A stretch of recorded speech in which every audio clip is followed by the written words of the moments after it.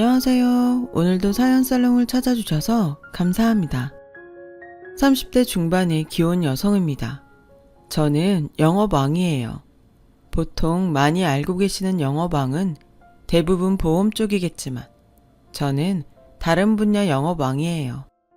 사회 초년생 첫 직장부터가 농기계를 제작해 납품하는 회사의 영업사원이었고 부단한 노력 끝에 영업왕이라는 타이틀을 달게 된 지금 또한 농기계 제작 업체의 영업 직원이죠. 왕이라는 타이틀만큼 억대의 연봉을 받고 있고요. 웬 자랑질이라고 생각하실 수 있지만 제 나름 반듯하고 올바르게 노력해온 결과물이에요. 흔히 영업하면 떠오르는 어두운 이미지들. 예를 들자면 불법 유흥업소에서의 상스러운 접대자리 같은 일들을 많이 떠올리실 텐데요.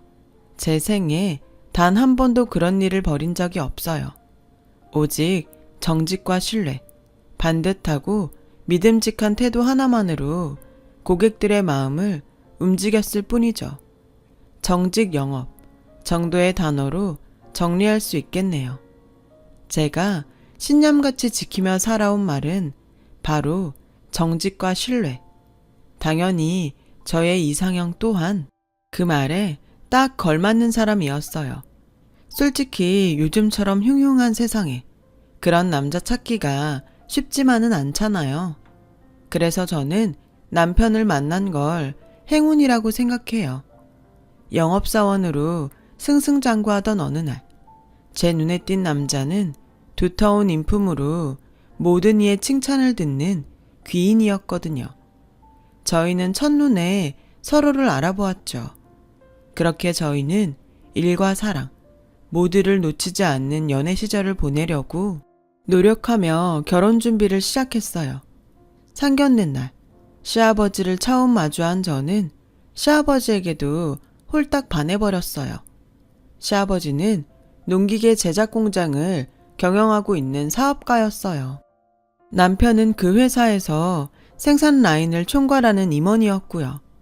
그런데 며느리가 될 저는 동종 업계이자 경쟁 농기계 제작 업체에 근무하는 영업왕이었던 거죠. 며느리가 시댁과 대립해야 하는 직장에 다니고 있다는 사실이 솔직히 대한민국 정서상 쉬운 일이 아니잖아요.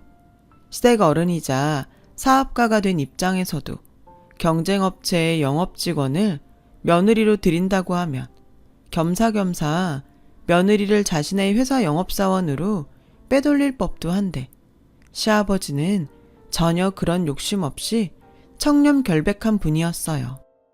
이야기 많이 들었단다. 며느리 될 아이가 아니어도 솔직히 모를래야 모를 수가 없지. 동종업계에서 워낙에 유명한 사람이니 말이야. 솔직히 말씀드리자면 저는 그래서 이 결혼이 조금 걱정스러워요. 걱정? 저는 저대로 지금 다니는 직장이 젊은 시절부터 근무한 곳이라 애정도 많고 소중해요. 그런데 아버님과 남편의 회사가 경쟁업체잖아요. 그래서 어떻게 해야 할지 모르겠어요. 너의 직장을 버리고 우리 회사로 옮기라는 말이 나올까봐 그게 걱정스럽다는 이야기구나. 여러 가지로요. 아버님 입장에서도 걱정이 많으실 거잖아요. 한 식구가 되다 보면 아무래도 사업상 기밀 같은 걸 공유해야 될 수밖에 없는데 그런 며느리가 하필이면 경쟁업체 직원이라서요. 지금 제 직장에서도 그렇고 아버님 회사에서도 그렇고 이래저래 속 시끄러운 이야기에 시선들에 참 많이 불편하실 테고요. 그렇구나. 충분히 이해한단다. 아무렴 당연한 걱정일 테지. 외람되지만 그게 제 솔직한 심정이에요. 남편을 좋아하지만 가족 모두가 소란에 휩싸이는 건 원치 않습니다. 그래서 어떻게 해야 할지도 모르겠고요. 그런 걱정이라면 전혀 하지 않아도 된단다. 내 벌써 회사 사람들에게 얘기해 두었어. 경쟁업체 영업왕을 며느리로 들인다고 해서 겸사겸사 스카우트까지 하지는 않을 예정이니 뒤에서 괜히 엄한 말들 꺼내고 그러지들 말라고. 아버님, 내 생각은 이렇단다. 며느리이기 이전에 너도 하나의 인간이니만큼 너의 삶 또한 중요하다고 생각해. 그러니 경쟁업체가 시댁이 된다고 해서 꼭 우리 회사로 이직해야 한다는 부담 같은 건 갖지 않아도 좋아. 그저 너 좋을 대로, 너 행복할 대로 마음껏 선택하면 돼. 나머지는 내가 시아버지로서 든든한 바람막이가 되어줄 테니. 제가 어떤 선택을 하든 사랑으로 품어주시겠다던 시아버지. 어쩜 그렇게 멋질 수가 있을까요? 바다가 아무리 넓다고 한들 시아버지의 마음만큼 넓기는 할까요? 시아버지 품성에 홀딱 반해버린 저는 이 결혼에 확신을 가졌어요. 동시에 한 가지를 결심했죠. 시아버지의 회사 영업사원으로 이직을 하겠다는 결심이었죠. 그런 저의 뜻을 들은 시아버지는 몇 번이나 저를 만류했어요. 남편과 당신 때문이라면 굳이 그렇게 하지 않아도 좋다. 경쟁업체에 다니더라도 당신은 변함없는 사랑을 베풀 것이다. 하면서요. 저는 저의 행복을 위해 최선을 다해 일해왔고 앞으로도 그럴 예정입니다. 그리고 제 평생 가장 행복할 자리는 남편과 아버님 곁인 것 같네요. 부족한 며느리이자 직원이 되지 않도록 노력할게요. 앞으로 행복하게 살아요, 우리. 그렇게 저는 남편과 결혼을 했고 동시에 시아버지 회사에 영업사원으로 이직을 단행했어요. 마침 시댁의 회사는 길고 긴 경영난으로 인해 어려운 상황이기도 했어요. 저는 그게 늘 의문이었어요. 그토록 열심히 일하는 남편이 임원으로 있고 이렇게 훌륭한 인품의 시아버지를 사장으로 두었으면서도 시댁의 회사가 왜 경영 위기를 겪는지 이해를 할 수가 없었죠. 그 의문은 제가 첫 출근하던 날 곧바로 해소되었어요. 시댁의 회사가 생산한 농기계의 품질은 대단히 뛰어났지만 납품 계약을 따내야 하는 영업 체계가 엉망이더라고요. 시아버지로부터 받았던 바다와 같은 사랑에 보답할 기회가 너무도 빨리 찾아왔다고 생각했어요. 곧장 영업체계 개선에 돌입했습니다. 영업사원들에게 저희 노하우를 숨김없이 모두 전수하는 한편으로 저 또한 영업전선에 나가 최선을 다해 뛰었어요. 그 결과 영업 실적은 순식간에 개선되었고 위기를 벗어나기 무섭게 승승장구하게 되었어요. 하루가 다르게 발전해 나아가는 성장이었죠. 이에 기세를 탄 저는 저대로 더 많은 계약을 따내기 위해 고군분투했고 남편도 남편대로 농기계의 품질을 계속해서 상승시켜 내었어요. 모든 것이 행복했어요. 영원할 것만 같던 행복이었어요. 그러나 하늘도 너무 무심하시지. 제가 사랑했던 시아버지가 갑작스런 심장마비로 돌아가셨어요. 유언장도 남기지 못한 상황이었죠. 뒤이어 터져나온 비보에 저와 남편은 삶의 기둥을 잃은 슬픔을 차마 추스를 겨를도 없었어요. 그동안 뒷방에 물러나 앉아있던 시모가 시아버지 대신 회사 사장 자리에 덜컥 앉아버렸어요. 시모가 사장이 된 것이 왜 문제가 되냐고요? 시아버지의 부인인 시모가 사장 자리를 승계하는 건 당연한 일이죠. 순리대로라면 그렇죠. 엄마가 사장이라니 참. 앞으로 회사가 어떻게 될지 걱정이다 정말. 왜? 어머님이 회사에 무슨 잘못이라도 했어? 잘못이라기보다는 하긴 잘못 맞지. 뭔데 그래? 당신 회사 처음 올 때 어려웠던 거 기억나? 당연하지. 그걸 어떻게 몰라? 어려웠던 원인 중에 하나가 영업 시스템이 무너져 있었던 것도 잘 알지? 그치, 그걸 바꿔놓은 사람이 바로 나였는걸. 설마 그거 어머님 작품이야? 우리 엄마 돈 욕심이 엄청 심해. 영업 관련 예산들 혼자 다 빼돌리다가 영업 시스템 무너뜨렸던 사람이 바로 엄마고. 그거 들켜서 아버지한테 이혼당할 뻔도 했었어. 다시는 회사 일과 돈에는 손 안 대겠다는 조건으로 용서받긴 했지만서도. 아, 그게 그렇게 된 일이었구나. 큰일이다 정말. 어머님이 또 같은 잘못을 되풀이하면 어쩌지? 회사 부도 위기에서 살아난 지도 얼마 안 됐는데. 일단 두고 봐야지 뭐. 엄마도 이혼 위기 겪으면서 반성했을 텐데 설마 똑같은 잘못을 또 하려고? 이쯤 되면 저희 부부가 새 사장이 된 시모를 걱정하는 게 당연하겠죠. 시아버님의 장례를 치르고 며칠 뒤 2대 사장 취임식이 있던 날 저희 부부의 걱정은 현실로 닥쳐왔죠. 모든 직원들이 지켜보는 가운데 단상에 오른 2대 사장. 시모의 첫마디로부터 모든 총국이 시작되었어요. 오늘부터 구조조정이 있을 예정이에요. 모든 직원들과 남편은 그러면 그렇지 하는 반응을 보였고 저 또한 같은 심정이었어요. 멀쩡히 잘 굴러가던 회사, 하루하루 무서운 상승세를 타고 있는 회사가 인원 확충은커녕 구조조정을 단행할 때는 어두운 이유가 반드시 존재하는 법이거든요. 뭐겠어요. 인건비 줄인 만큼의 돈을 사장이 빼먹겠다는 거죠. 시댁의 회사에서는 인건비를 빼돌려서 혼자 먹을 양반이 바로 시모였고요. 그리고 저희 부부는 역시나 하는 생각을 하고야 말았죠. 무수한 반대에도 불구하고 시모는 취임사로 공언했던 구조조정을 밀어붙이기 시작했어요. 대상은 고액 연봉자들이었고 그들 모두는 농기계 생산 라인에 수십 년 근무해왔던 최고참급 숙련공들이었어요. 이러니 역시나 감축한 인건비를 시모가 빼돌리려 하는구나 싶을 수밖에요.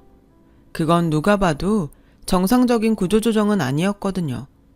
정상적인 구조조정이라면 업무에 서툰 직원들이 우선 대상에 들기 마련인데 시모는 고액 연봉자라는 이유 하나만으로 최고참급 숙련공들을 해고하려 들었으니까요. 그렇게 시작된 시모의 어두운 돈 욕심, 그리고 무자비한 횡포 때문에 회사 정문에 능력 좋은 최고참급 분들의 이름이 구조조정 1순위 대상자랍시고 떡하니 붙어있는 모습을 보며 저와 남편은 어떻게든 시모를 말려야겠다는 각오를 다졌어요. 아니, 농기계 생산하는 회사에서 숙련공들을 내치다니 그게 말이 되나요? 이건 무슨 초등학생들도 알겠어요. 숙련공들 없으면 제품 생산에 차질이 심각하게 발생할 것이고 이는 결국 회사의 존폐 위기로 이어지는 것이 당연한 수순인 거죠. 그걸 막아야만 했어요. 지금 어머님의 경영 방식이 뭔지 아세요? 내 방식에 무슨 문제라도 있다니? 회사의 싹을 잘라버리는 일이에요. 회사가 망하거나 말거나 지금 당장 어머님이 챙겨갈 돈만 바라는 길이라고요. 에이, 넌 며느리란 애가 왜 그렇게 맨날 심각하니? 네?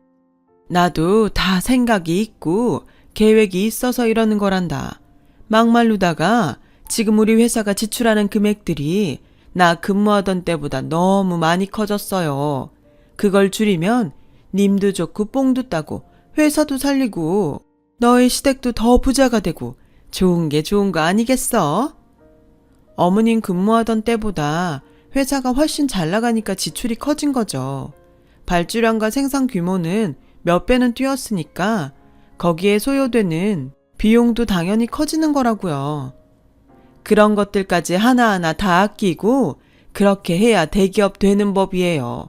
넌 뭐든 혼자 다 하는 것처럼 얘기하는데 나도 뭐 그렇게 무능한 사장 아니다.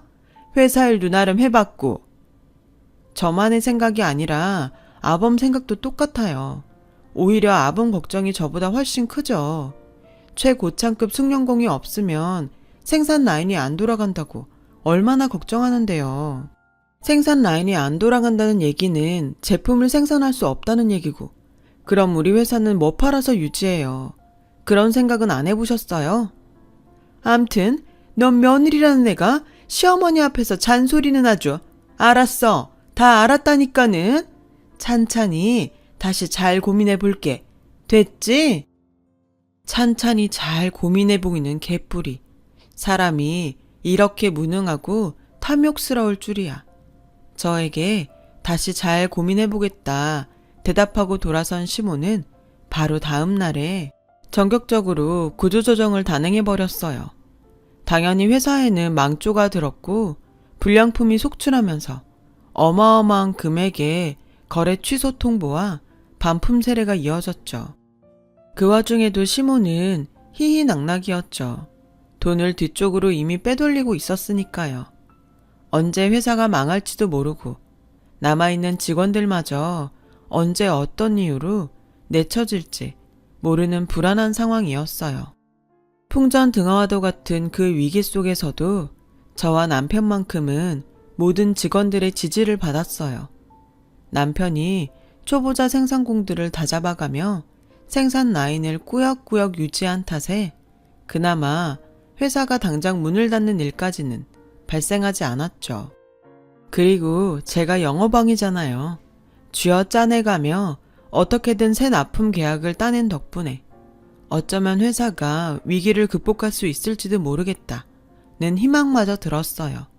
하지만 고참 선배를 잃어버린 초보자 생산공들 입장에서는 정말 어쩔 수 없는 제품 불량이 계속 발생했고, 그러는 통에 제가 새로 따온 납품 계약마저 어그러지길 일쑤였죠. 결국 오래지 않아 회사는 부도 위기를 맞이하고야 말았어요. 그런데 어머님, 동남아 출장 다녀오신다더니 카지노 들렀다 왔어요? 딱 하룻밤 다녀왔다 얘. 딱 하룻밤. 진짜 어쩌려고 이러세요? 회사 꼴 안 보이세요? 너무 도끼눈 뜨고 그러지 말렴. 합법적인 관광 카지노였고 정말 소박하게 구경이나 다녀왔을 뿐이야. 합법적인 관광 카지노요? 그래요. 합법 인정. 근데 하룻밤에 10억을 태우는 게 어머님한테는 소박한 구경인가요? 그 정도는 뭐 용돈 정도 쓴 셈 치면 그만이지. 하룻밤에 10억이 용돈이라고요? 요즘 회사 사정이 어떻고 어머님한테 정당하게 돌아가는 사업 수익이 얼만지 제가 뻔히 다 아는데 10억이 용돈이라고요? 그까짓 영업 좀 한답시고 연봉 1억도 넘게 받아가는 너도 있는데 뭐. 그 연봉 1억은요. 제가 최선을 다해 일한 정당한 대가고요. 그리고 지금처럼 회사 계속 어려우면 자진해서 연봉 삭감할 생각까지 하고 있었거든요. 제가 그러는 동안 어머님은 회사 돈 뒤로 빼돌려서 축낸 것 말고 한 일이 뭐가 있나요? 어머님이 사장이잖아요. 회사가 그렇게나 어려워? 아, 정말 몰라서 묻는 말이세요? 정말로 몰랐지 나는. 가만히 있어 보자. 그래도 내가 명색이 사장인데 회사 망하게 내버려 둘 수는 없고. 시모는 잠시 생각에 잠겼고 저와 남편은 시모가 생각에 잠겨있는 내내 불안을 떨칠 수가 없었죠.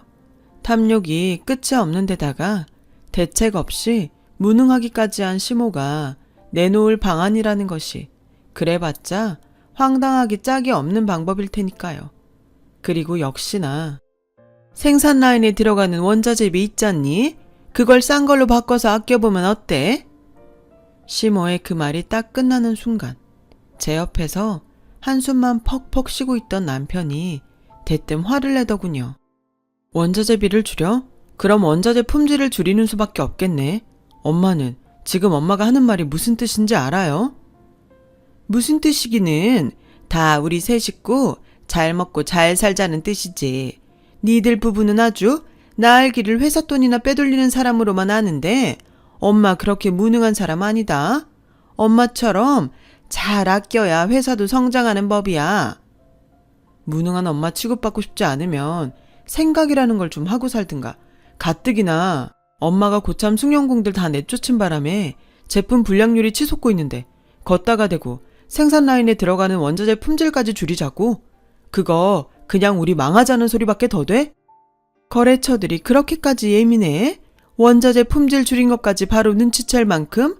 농기계가 뭐 기름 넣고 잘 돌아가기만 하면 다 똑같은 농기계 아닌가? 아, 됐다. 내가 엄마랑 무슨 얘기를 더 한다고. 대신 이거 하나만 분명히 알아둬요. 원자재 품질 줄이기만 해. 그땐 나도 가만 안 있어 진짜. 시모와의 대화를 포기해버린 저와 남편은 더 커진 걱정만을 가슴에 품은 채로 돌아섰어요. 그런데 이놈의 탐욕스럽고 무능한 시모는 자식 내외가 회사 걱정을 하거나 말거나 희희낙낙이더라고요. 오후에 돈 많은 사모님들하고 내기골프 약속이 잡혀있다나 뭐라나. 내기골프 약속이면 회사 돈을 또 얼마나 끌어다 날려먹을지. 참, 저와 남편은 그저 할 말을 잃을 뿐이었죠. 그러던 어느 날 저희 부부가 시모에게 등을 돌리게 된 결정적인 사건이 터져 나왔어요. 시모의 무능과 갖은 탐욕으로부터 회사가 꾸역꾸역 버텨낼 수 있었던 이유는 저와 남편의 헌신 덕분이었지만 그걸 전혀 모르는 시모는 회사 돈을 빼돌리고 빼돌리다 못해 끝내는 저의 억대 연봉까지 눈독을 들여버린 모양이더라고요. 도둑질이었죠. 저는 시어머니의 도둑질을 너무 늦게 알아버렸어요. 몇 달 동안 급여가 지급되지 않았다는 건 알고 있었지만 저는 오너 일가의 일원으로서 회사의 어려움을 함께 나누는 모범적인 모습을 직원들에게 보여주고 싶었기에 굳이 내색을 한다거나 독촉을 한다거나 하지 않았을 뿐이었다고요. 근데 그런 돈을 시모가 저 몰래 도둑질하고 있었던 거죠. 사실을 알게 되고 상심이 아주 컸어요. 시모가 도둑질해 간 그 돈은 그냥 돈이 아니라 무너져가는 회사를 위한 저희 헌신과 마음 그 자체였거든요. 결국 회사를 향한 마음마저 도둑질 당해버린 꼴이 되어버린 이상 더 참을 수가 없었어요. 며느리의 급여까지 도둑질하는데 남아있는 직원들의 급여에 손대지 않으리라는 법 또 없잖아요. 더더욱 참아서는 안 되는 일이었죠. 어디까지 망가질 생각이세요? 대체 얼마나 더 바닥을 보여줄 작정이냐고요? 가족 사이에 뭘 그런 일 가지고 소리까지 지르고 그러니? 제가 지금 소리 안 지르게 생겼어요? 소리 지르게 생긴 이유는 또 뭔데? 그깟 돈 몇 푼 때문에? 그깟 돈이요? 어떻게 그런 말을 입 밖으로 내놓을 수가 있어요? 그 돈 벌써 몇 달째 급여 지급 안 되는 거 알면서도 모른 척 참아왔던 돈이에요. 어찌되었건 사장이 며느리인 저부터 회사의 어려움을 이겨내기 위해 앞장서고 있다는 모습을 남아있는 직원들에게 보여주려는 마음 그 자체였다고요. 그런다고 멍청한 직원들이 너의 마음을 알아주기나 한다든? 그저 뻑하면 분량이나 내서 회사를 위기로 몰아넣고 말이야. 멍청한 건 직원들이 아니라 어머님 같은데요. 뭐? 아범이 그렇게 반대한 원자재 품질 낮추는 거 어머님이 몰래 해버렸다는 거 저희 부부가 모를 것 같죠? 직원들 아무도 모를 것 같죠? 최고창급 승용공들 전원 해고해서 불량률이 치솟는다고 아무리 얘기를 해봤자 어머님은 들을 생각조차 없는 분이죠? 얘가 잘한다 잘한다 해주니까는 갈수록 기고만장이네. 시어머니한테 그따위로 말하는 법은 어디서 배웠어? 어른한테 버릇없이? 그렇게 굴었다가는 몰매 맞는다는 얘기는 못 들어본 모양이지. 몰매는 어머님이 직원들한테 맞을 상황 아닌가요? 반란나긴 직전인 거 진짜 모르겠어요? 이것이 말하는 꼬라지가 작고? 회사 돈을 빼돌려서 호의호식도 적당히 해야 말이나마 곱게 나오죠. 내 급여 내가 가져간 것 때문에 이러는 모양인데 제 급여만 가지고 이러는 거 아니라니까요. 며느리 돈도 서슴없이 도둑질하는 양반인데 직원들 급여에는 손대지 않으리라는 보장이 없으니까 지금 초장에 다 잡아야 어머님이 최소한 직원들 급여에는 손대지 않을 테니까 그래서 저도 어쩔 수 없이 목소리 높인다는 거 모르겠냐고요. 가족들끼리 그러는 거 아니다. 행여 내가 내 급여랑 회사 돈을 뒷구멍으로 좀 먹었다 치자. 우리는 한 가족이니 내 돈이 결국 너희 돈이 되는 거 아니야. 그런데 뭐 도둑질이 어쩌고 어째? 시부모 며느리 사이에 그렇게 정없이 구는 거 아니다. 어쨌든 가족이라서 이래요. 가족이니까 싫은 말이라도 할 때는 해야 하는 입장이니까. 그래서 저도 어쩔 수 없이 이러는 거라고요. 그래, 내가 가져간 급여가 그렇게 아깝거들랑 고스란히 돌려주마. 근데 나 주거들랑 유산으로 받아나가라. 와, 이건 뭐 진짜. 저와 남편은 그냥 웃었어요. 너무 황당해서 다른 생각할 겨를도 없이 웃음만 자꾸 나왔어요. 웃음 뒤에는 허무함이 밀려오더라고요. 이렇게 답없는 인간을 그래도 시몰합시고 바로잡아 보려 했던 저희 부부의 노력을 향한 허무함이었죠. 그리고 허무함이 지나간 자리를 단 하나의 결심이 채웠어요. 더 이상은 시모와 함께 살아갈 수 없다는 결심이었죠. 그날 저희 부부는 시모의 곁을 떠나면서도 의절의 말은 단 한마디도 남기지 않았어요. 상종도 하기 싫었을 뿐더러 의절을 선언한다고 해도 그걸 알아들을 시모가 아니었으니까요. 얼마 뒤 시모로 인해 지쳐있던 심신을 달래며 지내던 저희 부부에게 뜻밖의 스카우트 제의가 날아들었어요. 평소 저와 남편을 눈여겨보고 있던 경쟁업체에서 걸어온 제안이었죠.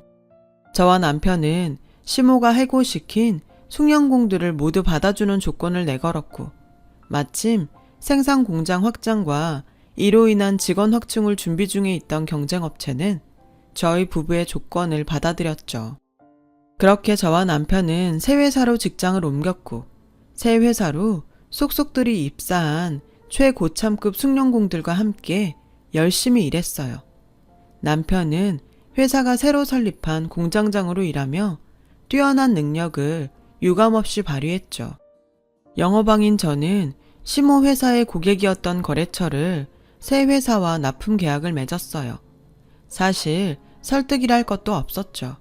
저와 남편이 떠난 직후 시모의 회사 제품 불량률이 30%를 넘어설 정도로 심각해졌기에 어차피 거래처 모두가 시모의 회사와 거래를 끊을 생각이었으니까요. 시모가 돈 욕심에 눈이 멀어 능력 있는 자식 내외와 숭늉공들을 모두 쳐냈으니 당연한 수순이었고 더욱이 무능하기까지 한 시모의 자업자득인 셈이었죠. 탐욕스럽고 무능한 시모는 본인 회사의 위기 그리고 자식 부부와의 의절이 자신의 잘못임을 너무 늦게 깨달았던 모양이에요. 저와 남편이 시모의 곁을 떠나 새 회사에서 승승장구한 지가 1년이 다 되어가던 어느 날 그제서야 한참 뒤늦게 저희 부부 앞에 나타나 애원했거든요. 다소간의 소란은 있었지만 가족관계라는 게 그렇게 쉽게 끊어지지는 않는다잖니? 글쎄요. 저희는 최선을 다했지만 그걸 뿌리친 건 어머님 쪽으로 알고 있는데요. 그랬던 모양이구나. 지금 돌이켜보면 내가 너무 어리석었고 안일했어. 이제 와서 뭐가 어리석었고 안일했는데요. 어머님은 남들이 충고를 하거나 말거나 어머님 행동에 한 점 부끄럼 없이 당당한 사람이었어요.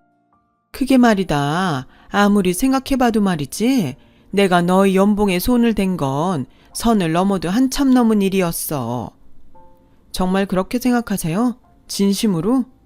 그럼 진심이고 말고 내가 가져간 너의 연봉을 나 죽은 다음에 유상겸 돌려주기는 하되 이자까지 다 쳐서 주겠다는 말을 깜빡했지 뭐니. 사실 그 이자라는 말이 제일 중요한 핵심이었는데 말이다. 그렇지? 맙소사, 이자라니요? 이자까지 쳐준다는 말을 깜빡한 게 잘못이라니요. 만약 뭐가 문제였는지를 진정 깨달았다면 저희 부부 앞에 와서 이자 어쩌고 하는 소리를 짓거리지는 못했겠죠. 결국 또 한 번 황당함에 빠진 저희 부부는 냉소적인 반응을 보였고 그러자 시모는 애가 탄 모양인지 아주 울먹이며 읍소를 하더군요. 그래도 내가 남편 모친이고 시어머니인데 이대로 교도소에 보낼 거니? 그러면 너희 마음인들 편하겠어? 교도소는 또 왜요? 회사가 당장 부도가 나게 생겼다더라. 세상 참 잔인해요. 회사 망해서 제일 속상한 사람은 회사 주인인 나인데 대뜸 경제사범이니 뭐니? 감옥에를 가야 한다고 법석들이지 뭐니? 당연히 그렇겠죠. 회사가 망하면서 위반된 계약들도 많을 거고 회사가 망하는 이유도 어머님이 회사 돈을 멋대로 빼돌렸기 때문일 테고, 그거 다 불법이니까. 그래서 내가 이렇게 찾아왔잖니. 백지장도 맞들면 낫다는 말이 있는데 나에게 기회를 한 번쯤 줄 수도 있는 법이잖아. 꺽꺽 울어대며 호소하는 시모를 마주하며 저와 남편은 한참을 생각에 잠겼고, 이내 저는 시모의 호소에 대한 답변을 내어놓았어요. 백지장도 맞들면 낫다는 말이 이럴 때 쓰는 말은 아닌 것 같고요. 일단 알겠습니다. 어머님 회사로 돌아와서 일해달라는 얘기잖아요. 그래야 회사 부도도 막을 수 있고, 그래야 어머님도 경제사범으로 교도소 들어가는 일은 없을 테니까. 그치, 내 말이 그 말이야. 시모의 울음 가득 섞인 부탁에 대한 저희 부부의 대답은 이랬어요. 네, 알겠어요. 다만, 다만 조건이 하나 있어요. 뭐든 말해보렴. 교도소 신세 면하게 해준다는데 내가 뭔 조건인들을 못 들어주겠니? 어머님이 도둑질한 제 연봉을 나중에 유산 삼아 돌려받으라고 했었죠? 저희 부부의 조건도 똑같아요. 나중에 어머님 돌아가신 다음에 그때 가서 회사로 돌아가도록 하죠. 못 받은 연봉도 유산으로 돌려받고 또 겸사겸사 저승길 노잣돈 쥐어드리는 셈 치면서요. 물론 그때까지 어머님의 회사가 멀쩡히 남아있을 리가 없겠지만 사실상 거절의 말이었죠. 시모가 저의 역대 연봉을 도둑질해가면서 늘어놓았던 황당한 말, 도둑맞은 연봉은 유산으로 받아가라고 했던 황당한 그 말을 거꾸로 받아치면서요. 시모와의 사건으로부터 몇 해가 지난 지금은 저와 남편은 옮겼던 그 회사와 함께 승승장구해서 무척 잘 나가고 있어요. 남편은 훌쩍 성장시킨 새 회사에서 공장 2개의 공장장 업무를 성실하게 수행하고 있고, 저는 새 회사에서 계속 근무하면서 업계 최고 영업왕을 이룬 덕분에 억대 연봉에 3배로 뛰었죠. 그만큼의 연봉을 지불하고도 아깝지 않을 만큼 제가 성사시키는 납품의 계약은 어마어마하거든요. 반면에 시모는 요즘 회사를 쫄딱 말아먹어버린 탓에 알거지 신세예요. 자재비 대금들을 지불하지 못했고 어음들 또한 전혀 막지 못한 탓에 경제사범이 되고야 말았어요. 비록 집행유예를 받아 교도소행은 면했다고는 하지만 범죄자는 범죄자일 뿐 누구 하나 시모에게 관심을 주지도 도움을 주지도 않죠.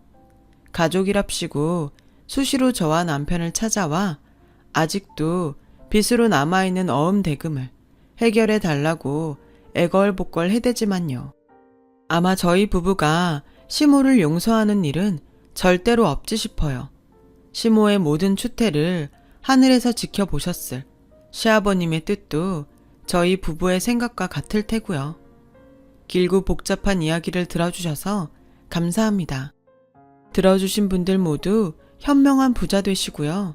행복 가득한 하루 되세요. 여러분, 사연 댓글에 응원과 현명한 조언 부탁드려요. 좋아요와 구독은 저에게 큰 힘이 됩니다. 오늘도 좋은 일 가득하세요.